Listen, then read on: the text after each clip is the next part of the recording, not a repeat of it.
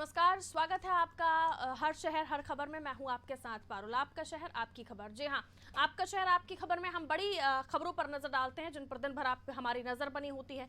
तो 5 तस्वीरें हम आपको दिखाते हैं। सबसे पहले उन 5 तस्वीरों से आपको रूबरू करा देते हैं। देखिए, 5 तस्वीरें आपकी टेलीविजन स्क्रीन पर। मंत्रियों के बंगले की सजावट। जी हाँ, पहली खबर तो यही जिस पर हम बात करने वाले हैं। मंत्रियों के बंगले की होगी सजावट और किस तरह से होगी ये भी आपको बताएंगे। प्रदेश में बेरोजगारी बरकरार है। बेरोजगारी के जो आंकड़े बार बार आते हैं वो ये बताते हैं कि इन दिनों बेरोजगारी चरम पर है और लगातार प्रयासों के बाद भी बेरोजगारी जो है वो कम होने का नाम नहीं ले रही है। और उसके बाद हम बात करेंगे तीसरी तस्वीर की, जो बस हड़ताल है। देखिए, लगातार बस वाले जो हैं अपने किराया भाड़ा को बढ़ाने को लेकर प्रयास करते रहते हैं कि सरकार उनको कोई ना कोई रियायत दे, लेकिन फ्यूल महंगा होने के बाद, पेट्रोल महंगा होने के बाद भी शायद उन्हें वो चीज़ नसीब नहीं हो रही है, जिसको लेकर अब बस मालिक जो हैं, बस ऑपरेटर्स जो हैं वो हड़ताल पर जाने वाले हैं। चौथी खबर में हम बताएंगे पर्यावरण को बचाने के लिए सीएम शिवराज ने कौन सा संकल्प लिया है। पांचवी और आखिरी खबर शिवपुरी से है, जहां चिकित्सक अनुशासनहीनता की सारी हदें पार कर रहे हैं। तो पहली खबर में बात होगी मंत्रियों के बंगले की सजावट की। तो आर्थिक तंगी से गुजर रही मध्य प्रदेश सरकार ने मंत्रियों के बंगले सजाने में 10 महीने में 4,58,00,000 रुपए से ज्यादा खर्च कर दिए हैं। सबसे ज्यादा 1 करोड़ रुपए सीएम हाउस पर खर्च हुए। इसके बाद सबसे अधिक 56 लाख रुपए पीडब्ल्यूडी मंत्री गोपाल भार्गव के बंगले की साज सजावट के लिए खर्च हुए। ये जानकारी विधानसभा में पांचीलाल मीणा के एक प्रश्न के उत्तर के चलते सामने आई है। पीडब्ल्यूडी मंत्री भार्गव ने मुख्यमंत्री शिवराज सिंह चौहान सहित मंत्रिमंडल के सदस्यों के बंगले में 1 अप्रैल 2020 से 31 जनवरी 2021 तक साज सज्जा में किए गए खर्च का ब्यौरा दिया।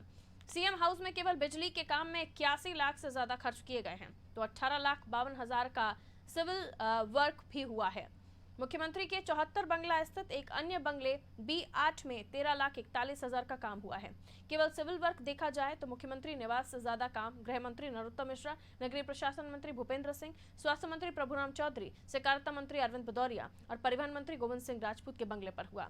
इस दौरान सबसे कम मात्रा 1495 रुपए का व्यय खेल एवं युवा कल्याण मंत्री यशोधरा राजे सिंधिया और पूर्व मंत्री इमरती देवी के बंगले पर हुआ। तो आपने याद अगर आप करें तो आपको याद होगा कि बंगलों को लेकर सियासत मध्य प्रदेश में पहले भी हुई है। वो बात अलग है कि उस वक्त बंगला खाली कराने को लेकर पॉलिटिक्स थी, अब बंगले को सजाने को लेकर पॉलिटिक्स हो रही है। अब देखिए, सीएम शिवराज से लेकर गृह मंत्री, पीडब्ल्यूडी मंत्री, तमाम मंत्रियों के बंगले के खर्च में कितना पैसा खर्च किया गया है। और यही वो नेता हैं जब काम चल रहा था पूर्व मुख्यमंत्री कमलनाथ के बंगले पर, तब सवाल उठा रहे थे। खैर, समझने की कोशिश करते हैं। अंकुर अध्वर विशेष संवाददाता हमारे साथ इस वक्त जुड़े हुए हैं। अंकुर, बंगले को सजाना है और इतना सजाना है कि जनता के ऊपर उसका पूरा ठीकरा फोड़ना है। अब बढ़ाते जाइए पेट्रोल के दाम, न जाने कहां तक पहुंचेगी महंगाई। पूरी मार जनता के ऊपर और सज रहा है मंत्रियों का घर। बिल्कुल सही बात है। निश्चित तौर पर कहेंगे कि कोरोना की महामारी में लगातार सरकार एक तरफ तो कर्जा ले रही है प्रदेश के विकास के लिए, वहीं मंत्रियों के बंगलों पर खर्च करने के लिए 4,58,48,000 से अधिक की राशि व्यय अभी तक की गई है। निश्चित तौर पर इसी मामले में विधायक जो पांचीलाल मीणा है, उन्होंने इस विधानसभा में भी सवाल लगाया था कि इस फिजूल खर्ची को रोका जाना चाहिए। सीएम हाउस में सबसे ज्यादा 1 करोड़ की राशि खर्च की गई है। पीडब्ल्यूडी मंत्री गोपाल भार्गव के बंगले पर 56 लाख की राशि खर्च की गई। इसके साथ ही नरोत्तम मिश्रा के बंगले पर अभी भी काम जारी है। 44,84,000 की राशि अभी तक खर्च की जा चुकी है। मंत्री भूपेंद्र सिंह के यहाँ 31 लाख रुपए की राशि खर्च हुई और प्रभुराम चौधरी के यहाँ 27 लाख रुपए की राशि खर्च की। एक तरफ सरकार बड़ी बड़ी बातें करती है कि विकास कार्यों के लिए पैसा नहीं है, कर्जा लेना है, और दूसरी तरफ करोड़ों रुपए ये बंगलों पर सजावट में, साज सज्जा में खर्च किए जाते हैं। आपको बता दें, इसके पहले जब कांग्रेस की 15 महीने सरकार थी, तब कांग्रेस के विधायकों ने भी करोड़ों रुपए बंगलों पर खर्च किए। तो और यही बंगले को मिले हैं भाजपा के विधायकों को, मंत्रियों को। तो निश्चित तौर पर एक बार जब 1 साल पहले इसलिए करोड़ों का काम हुआ, तो आखिर क्या जरूरत क्या थी कि जिस तरह से भी जाना का 4.5 करोड़ से भी जाना का बंगलों में साज सज्जा की गई। निश्चित तौर पर इसी को लेकर जो विधायक पांचीलाल मीणा है, उन्होंने विधानसभा में सवाल लगाया था। और इसके मामले में जब आज पीडब्ल्यूडी मंत्री गोपाल भार्गव से बात की, तो उन्होंने इसे फिजूल का सवाल बताया। बिल्कुल, तो जनता का तेल निकल रहा है, तेल महंगा हो रहा है और मंत्रियों के बंगले इस तरह सज रहे हैं कि करोड़ों रुपए भी कम पड़ रहे हैं। लेकिन ऐसे में अब जब ये बात सदन से उठी है, विधानसभा से उठी है, तो दूर तलक गई है, यानी कांग्रेस के पास भी गई है। और ये बात जब कांग्रेस के पास गई है तो जाहिर है इस पर सियासत भी हो रही होगी। क्या टिप्पणी आई है कांग्रेस की तरफ से इस मामले में? निश्चित तौर पर इस मामले में अभी जब बात की गई है तो विधायक जीतू पटवारी, कुणाल चौधरी और तमाम तरह के विधायकों ने इस पर सवाल खड़े किए हैं। निश्चित तौर पर उनका कहना है कि जब एक बार साज सज्जा हो चुकी थी, करोड़ों रुपए पहले खर्च हो चुका था, तो आखिर जब कोरोना संकट काल चल रहा है, लगातार सरकार कर्ज पर कर्ज लिए जा रही है, तो जरूरत क्या थी? इसको लेकर निश्चित तौर पर विधानसभा में भी सवाल लगाए गए हैं और अब विपक्ष इसी को मुद्दा बनाकर विधानसभा में सत्ता पक्ष को घेरने की भी तैयारी कर रहा है। चलिए, बहुत शुक्रिया अंकुर जानकारी देने के लिए। तो आर्थिक तंगी से गुजर रही है मध्य प्रदेश सरकार, लेकिन शौक देखिए, 10 महीने में 4,58,00,000 रुपए खर्च कर दिए बंगले को सजाने में। चलिए आगे बढ़ेंगे, अगली खबर की ओर रुख करेंगे। प्रदेश में बेरोजगारी बरकरार है, नौकरी की आस में युवा आंदोलन कर रहे हैं। सोशल मीडिया पर कैंपेन चल रहा है, विभागों के चक्कर भी काट रहे हैं, लेकिन बेरोजगारी दामन नहीं छोड़ रही। सरकारी विभागों में नियुक्ति और भर्ती को लेकर खींचतान की स्थिति भी बनी हुई है। प्रदेश के विभिन्न विभागों में 90,000 से अधिक पद भी खाली हैं। बहुत सारे विभाग तो ऐसे हैं जहां चयन के बाद भी उम्मीदवारों को नियुक्ति पत्र नहीं दिए गए। नतीजा, उम्मीदवार नौकरी की आस में विभागों के चक्कर काटने को मजबूर हैं। हालात ये कि पिछले 3 साल से कोई बड़ी भर्ती परीक्षा भी नहीं हुई। निजी एजेंसियों के मुताबिक प्रदेश में 1.5 करोड़ बेरोजगार हैं। राज्य सरकार के रोजगार पोर्टल पर करीब 35 लाख बेरोजगार रजिस्टर्ड हैं। इनमें 90% मध्य प्रदेश के मूल निवासी हैं। 35 लाख बेरोजगारों का ये आंकड़ा सरकारी पोर्टल पर रजिस्टर्ड है, लेकिन बेरोजगारों की संख्या इससे कहीं ज्यादा है। कहीं उम्र आड़े आ गई तो कहीं इंटरव्यू तक हो गए, लेकिन पद खाली के खाली। स्कूल शिक्षा विभाग में सबसे ज्यादा 70,000 पद खाली हैं। पुलिस विभाग में पिछले 3 साल में भर्ती नहीं। नतीजा, कोई ओवर एज हो गया। कौशल विकास विभाग में तो इंटरव्यू तक हो गए हैं, लेकिन नियुक्ति नहीं दी गई। राजस्व विभाग में वेटिंग वालों को ही मौका नहीं मिला। निजी कंपनियों में भी रोजगार दिलाने के दावे तमाम हैं, लेकिन ये दावे अभी तक खोखले ही साबित हो रहे हैं। यानी जो बेरोजगारी का आंकड़ा है वो ये बताता है कि फिलहाल जो बेरोजगारी है वो खत्म होने वाली नहीं है, क्योंकि आंकड़ा 1-2 नहीं करोड़ों में है। और चलिए आगे बढ़ते हैं और भी हम इस खबर को समझने की कोशिश करेंगे, क्योंकि देखिए काफ़ी महत्वपूर्ण मुद्दा है। घर तभी चलता है जब घर में एक कोई कमाने वाला व्यक्ति हो। तो या तो वो बिजनेस करता है, कोई अपना काम करता है, या फिर पढ़ा लिखा व्यक्ति है तो वो सोचता है कि मैं नौकरी करूँगा, रोजगार उससे उसको मिलता है। लेकिन जो आंकड़े सामने आ रहे हैं फिलहाल, पढ़े लिखे लोगों के लिए तो खासतौर पर जो पढ़ लिख जाते हैं वो भी नौकरी के लिए, वो खासतौर पर सिविल सर्विस की तैयारी कर रहे हो, सरकारी नौकरी की तैयारी कर रहे हो, तो उनके लिए हालत बहुत ज़्यादा खराब है। समझने की कोशिश करते हैं। रत्नाकर त्रिपाठी जी हमारे न्यूज़ हेड हैं, हमारे साथ इस वक्त फोन लाइन पर जुड़े हुए हैं। 35 लाख ये आंकड़ा सर रजिस्टर्ड है सरकारी पोर्टल पर, कितने बेरोजगार हैं? अब उनमें आप ठीक है, आप कम कर दीजिए कि ठीक है इनमें कुछ ऐसे होंगे जो बाहर के लोग होंगे, लेकिन असलियत तो यही है कि काफ़ी समय हो गया जिनमें इंटरव्यू हो गए, नियुक्ति पत्र नहीं मिले। जिन विभागों में, कई विभागों में ओवर एज कर्मचारी काम कर रहे हैं, लेकिन विभागों के लिए किसी तरह की कोई वैकेंसी नहीं निकाली जा रही। तो ये सब क्यों चल रहा है? क्या वाकई, जैसे हम अभी पहले खबर में हम बात कर रहे थे कि सरकार के पास बजट की बहुत दिक्कत है, यानी सरकार के पास आर्थिक तंगी है, लेकिन बंगले खूब बन रहे हैं, बंगले खूब सज रहे हैं। यहाँ बेरोजगारी है लेकिन विभागों में नियुक्ति नहीं हो रही है, जबकि खाली पद पड़े हुए हैं। रत्नाकर सर, रत्नाकर सर, आवाज मिल रही है आपको? हो जाती है, क्योंकि चलिए, सबसे पहला लगता है तो ये है कि जी जी सर, डिपार्टमेंट में अपॉइंटमेंट होने के बाद भी यदि लोगों को नियुक्ति पत्र नहीं मिल रहे हैं तो दो ही चीजें समझ में आती हैं कि या तो आपने बगैर किसी तैयारी के खाली पदों की जानकारी लिए या तो पद विज्ञापित कर दिए, तो दूसरी चीज ये आप फिर ये दिखती है कि लाल फीताशाही इस कदर व्याप्त है कि जिन लोगों के अपॉइंटमेंट्स हो गए उन लोगों को आप अपॉइंटमेंट लेटर तक नहीं दे पा रहे। मुझे अभी की बात नहीं है, 4 साल पहले की एक रिपोर्ट का मैं आपको जिक्र करना चाहता हूँ।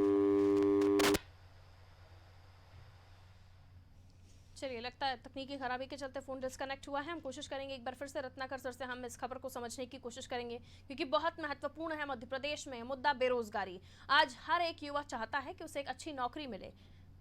रत्नाकर सर, जी, जी। देखिए, मैं बात कर रहा था कि ये स्थिति फिर आज की ही नहीं है, अकेली 4 साल पहले एक रिपोर्ट आई थी, सेंट्रल गवर्नमेंट के श्रम और रोजगार मंत्रालय की।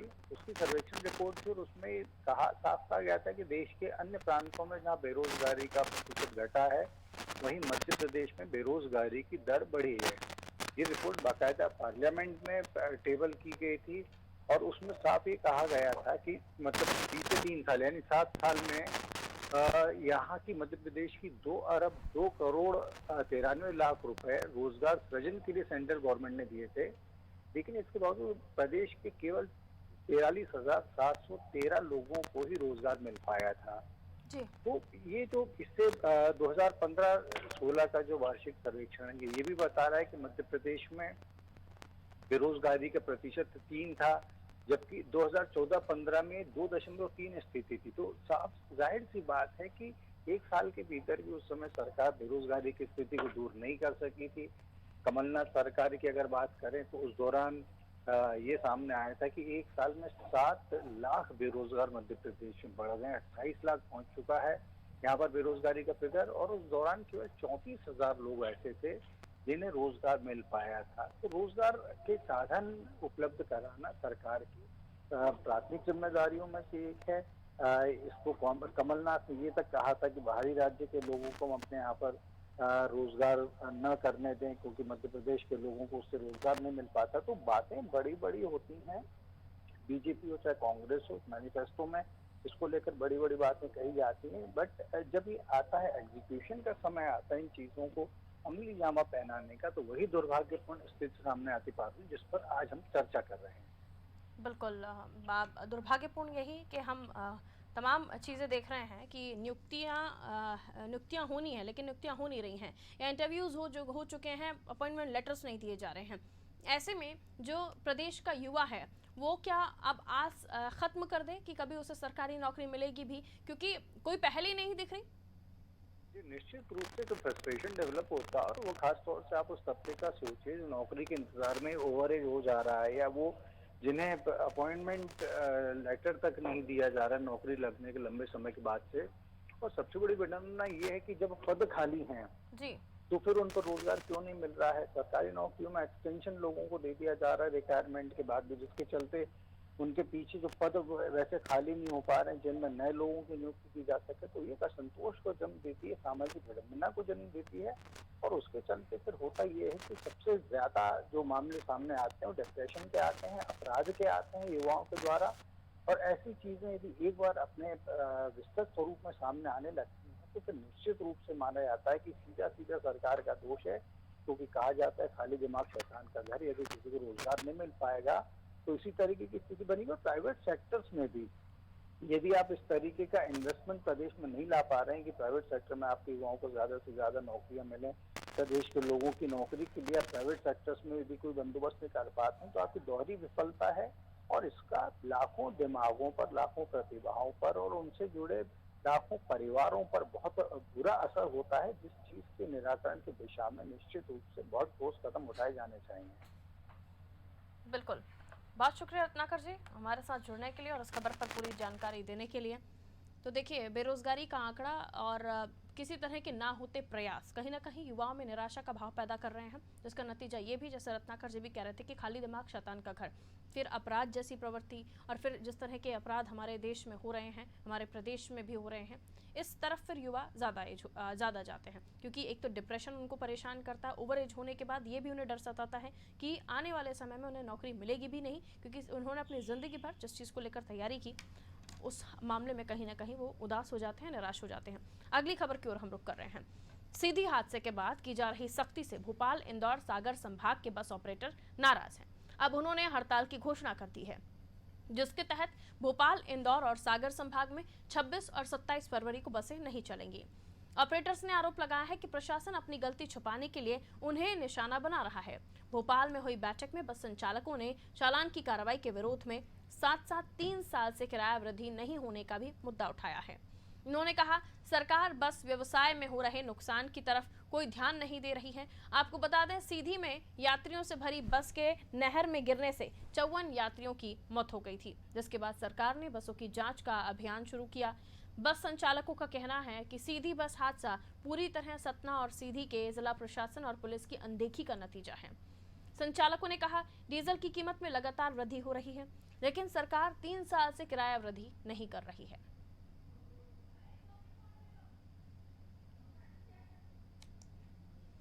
तो वृद्धि लगातार हो रही है डीजल पेट्रोल में, लेकिन संचालकों का कहना है, बस संचालकों का कहना है कि 3 साल से बसों का कोई किसी तरह से किराया नहीं बढ़ाया गया।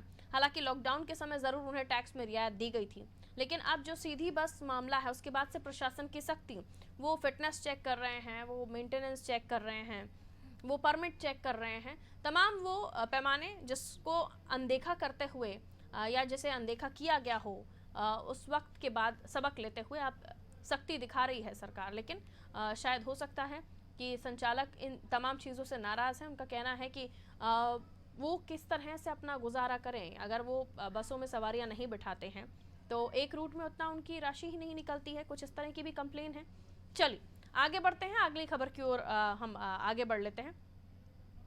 मध्य प्रदेश के मुख्यमंत्री शिवराज सिंह चौहान ने पर्यावरण को बचाने के लिए नर्मदा जयंती पर प्रतिदिन एक पौधा लगाने का संकल्प लिया था।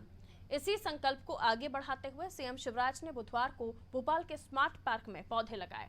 इस मौके पर सीएम ने जनता से अपील की है कि जन्मदिन, विवाह के वर्षगांठ या फिर माता पिता की स्मृति में पौधा जरूर लगाएं। सीएम ने कहा, पर्यावरण को बचाने के लिए सबको साथ आना होगा।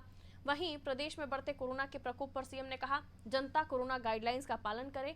हम लॉकडाउन नहीं लगाना चाहते क्योंकि ऐसा करने से गरीबों के सामने रोजी रोटी का संकट खड़ा हो जाता है। सरकार कोरोना को लेकर चिंतित है। लगातार क्राइसिस ग्रुप की बैठक भी चल रही है।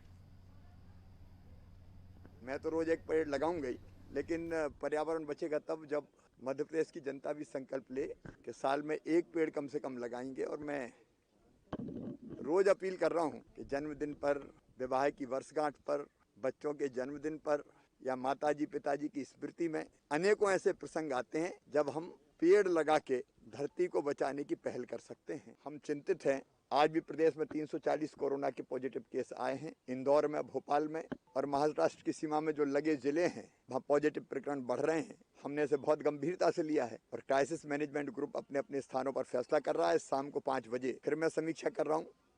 हर हालत में प्रदेश को कोरोना से बचाना है, संक्रमण से बचाना है और इसलिए जनता को भी मैं रोज आह्वान कर रहा हूँ कि आवश्यक सावधानी रखें, मास्क लगाए रखें, सोशल डिस्टेंसिंग रखें। हम लॉकडाउन की तरफ मध्य प्रदेश को नहीं ले जाना चाहते क्योंकि उससे गरीबों की रोजी रोटी भी जाती है। वैसी परिस्थितियां ना बने इसलिए हम सावधानी रखें। तो सीएम का संदेश, पौधा लगाएं और कोरोना से अपने आप को बचाएं। यूँ तो ये दो अलग अलग चीजें हैं कि पौधारोपण को लेकर उन्होंने हर रोज एक पौधा लगाने के लिए अपने खुद की एक दिनचर्या ऐसे मान लिया है कि उन्हें हर रोज एक पौधा लगाना है। और उसके अलावा उन्होंने अपील की है कि किसी भी अच्छी कोई भी ओकेशन हो, बर्थडे हो, वर्षगांठ हो, आप एक पौधा जरूर लगाएं, पर्यावरण में सहयोग दें। और उसके अलावा कोरोना से बचने के लिए उन्होंने अपील भी की है। वैभव गुप्ता हमारे साथ, हमारा विशेष संवाददाता फोन लाइन पर मौजूद है। तो कोरोना से तो बचना ही है वैभव, ये तो सही है कि लॉकडाउन लगाना सरकार नहीं चाहती, लेकिन हालात यही रहे तो शायद मजबूरन सरकार को कदम उठाने पड़ेंगे। दूसरा, पर्यावरण, सीएम का संदेश। जो कोरोना की बात है, कहीं ना कहीं गलती सरकार की ही है, क्योंकि जिस तरीके से हमने देखा कि बीच में आयोजनों की शुरुआत हो गई थी, चाहे वो सांस्कृतिक कार्यक्रम हो, राजनीतिक कार्यक्रम हो, कर्मचारियों के कार्यक्रम, धरना प्रदर्शन भी हमने मध्य प्रदेश की राजधानी भोपाल में भी देखे हैं। जब भोपाल में इस तरह के प्रदर्शन हो सकते हैं तो राजधानी के दूसरे शहरों की क्या हालात होंगे, इससे साफ समझ में आता है। जो पौधारोपण की बात मुख्यमंत्री शिवराज सिंह चौहान के द्वारा की जा रही है, ये वही मध्य प्रदेश है जहाँ पर एक दिन में 6 करोड़ पौधे लगाने का रिकॉर्ड बनाया गया था। खुद मुख्यमंत्री शिवराज सिंह चौहान के कार्यकाल में ही ये हुआ था और उसके बाद मुख्यमंत्री शिवराज सिंह चौहान अब प्रतिदिन एक पौधा लगा रहे हैं। हालांकि उन्होंने प्रदेश की जनता से अपील भी की है कि चाहे बर्थडे हो, मैरिज एनिवर्सरी हो, बच्चों के बर्थडे हो, माता पिता की स्मृति में एक पौधा जरूर लगाइए। मुख्यमंत्री शिवराज सिंह चौहान जिस पौधे को लगाएंगे उसकी सुरक्षा पूरा प्रशासन करेगा, विभाग भी करेगा, उद्यानिकी विभाग। लेकिन जो जनता के द्वारा पौधे लगाए जाएंगे उसकी सुरक्षा जनता को खुद करनी है। तो ऐसे में जो पौधे नर्मदा किनारे लगाए गए थे वो पौधे कितने जिंदा है, क्योंकि जो ऑडिट हाल ही में किया गया है वो बताता है कि इसमें से अधिकांशतः पौधे मृत हो चुके हैं। तो पर्यावरण को बचाने के लिए जिम्मेदारी सबकी है। तो रिकॉर्ड बनाने के लिए, दिखाने के लिए अगर पौधे लगाए जाएंगे तो पर्यावरण नहीं बच पाएगा। सबको अपने मन से संकल्प लेना होगा, जिस तरह से सीएम ने भी संकल्प लिया है वैसे अगर प्रदेश की जनता संकल्प लेकिन ना केवल पौधों को लगाने का बल्कि पौधों को बचाने का भी, इसके साथ ही वायु प्रदूषण जो फैलता है उसको कम करने का भी अगर संकल्प प्रदेश की जनता खुद अपने मन से लेगी तो शायद हम ग्लोबल वार्मिंग और लगातार जो पर्यावरण प्रदूषित हो रहा है उससे हम बचा पाएं।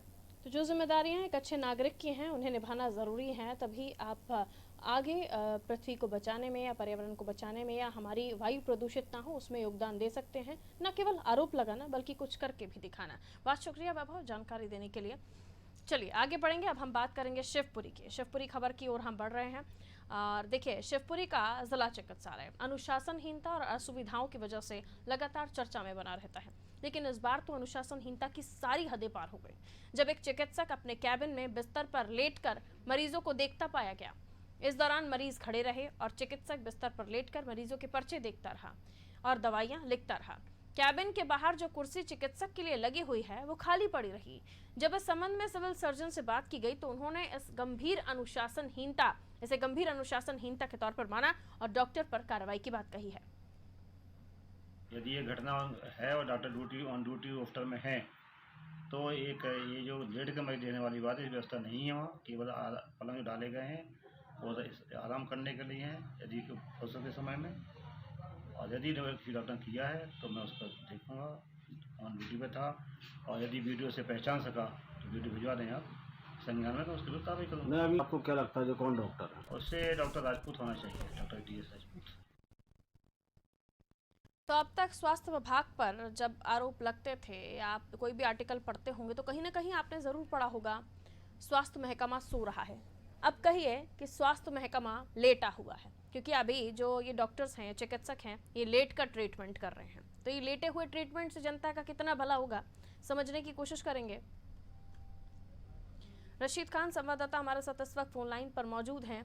तो रशीद, अगर कहें कि स्वास्थ्य विभाग या स्वास्थ्य व्यवस्थाएं अब लेटी हुई हैं तो इसे कैसे देखा जाए, क्योंकि अब तो चिकित्सक लेट कर ट्रीटमेंट कर रहे हैं और इससे कितना ये जो अलग ही ट्रीटमेंट या अलग ही तरीका उन्होंने इजाद किया है ट्रीटमेंट करने का, इससे किसका फ़ायदा होने वाला है? उनकी शायद बैक में कुछ प्रॉब्लम हो या कोई तकलीफ हो, कुछ बताया उन्होंने क्यों वो लेट कर ट्रीटमेंट कर रहे थे?